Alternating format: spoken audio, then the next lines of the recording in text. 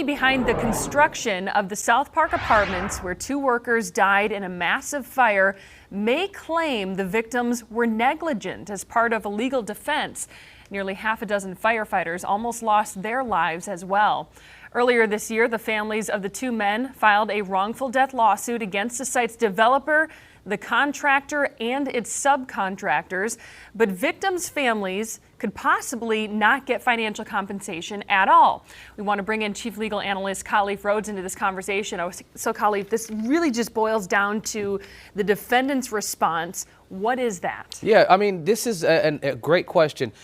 Anytime you get a complaint, the very first thing you have to do if you're a defendant is file a response. And in that response, you're either saying, you know, I reject that, I admit that, I deny that, or I have no answer for that. But then also you're going to state some claims, some affirmative defenses. And in that affirmative defense, if you fail to state those, you're waiving them. One of the affirmative defenses in our state, which is extremely unique, is contributory negligence. It's only available in 4 different states. Basically, that's a complete bar. So in some states, like Pennsylvania, where I'm from, they don't have that. They have comparative fault, which means if I was 50%, you hit me and you were 50%, I can recover at least 50% from my damages.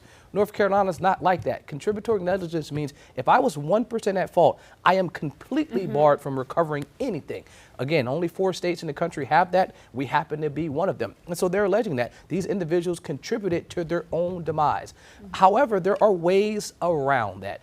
There is this last clear chance doctrine. It's not law, but it's doctrine. And the courts have kind of etched that out because this is a weird law that we have with this contributory negligence. Basically saying that if the defendant's efforts, what they did was something that was the last clear chance to fix this, to remedy that, then that contributory negligence is not on the table. Okay, so the original lawsuit claims that the workers were not trained to evacuate the fire, that the building didn't have working sprinklers in some areas or the fire alarms. The company is claiming that these men ignored the calls to evacuate and you know, there were people trying to get to them for help. So do you see this then as kind of a coin flip? It is a coin flip. I mean, because before this, once this case goes to trial, and I think this is one that probably will ultimately work its way to trial. When it gets to trial, in a close the case and the jury goes to make the determination, the very first question is, do you think they contributed to their own negligence? And so that is a coin flip. I mean, before you can unpack any of the other things, you have to determine if they contributed to their own negligence. And I think both folks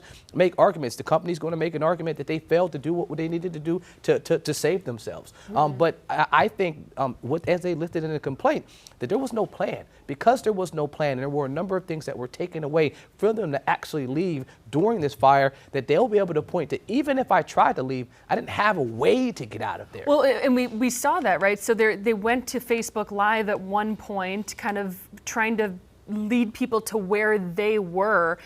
Could that help or hurt the families in this lawsuit? I think a little bit of both. I had an opportunity to look at the video, and I think it could do a little bit of both. I mean, I was looking at this video, and I was saying to myself, well, it depends on the time, and it really depends on what they're saying in this video. If in the video they're like, you know what, there's a fire happening, somebody will come save us at some point, all right, and it's more entertainment, then yes, I think it would have hurt them. Or if it was something after and they were just not moving. But when I looked at the video, these were 2 individuals that were crying for help. The individual says, hey, I'm here with my coworker, I'm here with my guy, and I just need someone to come save us. We can't get through the smoke. He pans the camera left and the right. You can see smoke coming at them, pans the camera to the floor. There's no steps, there's no floor. And so there's a little ledge. They're standing on this, and we always can Monday morning quarterback this, right? And say, well, they could have done and should have done. But I mean, I really couldn't imagine what it would look like to be in that situation of like, okay, my life is on the line. And if I put this in front of a jury, I play that video. And as you said, it's a coin flick. I'm going to let that jury make a determination.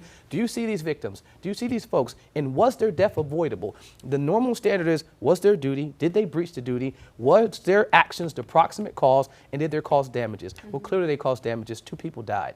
But were they the proximate cause? That will be determined by a jury, and I think this one goes the distance. And making sure that we don't forget throughout all of this that the 2 people lost their lives, and there are families that are hurting through all this. Khalif, thank you for breaking all that down, though.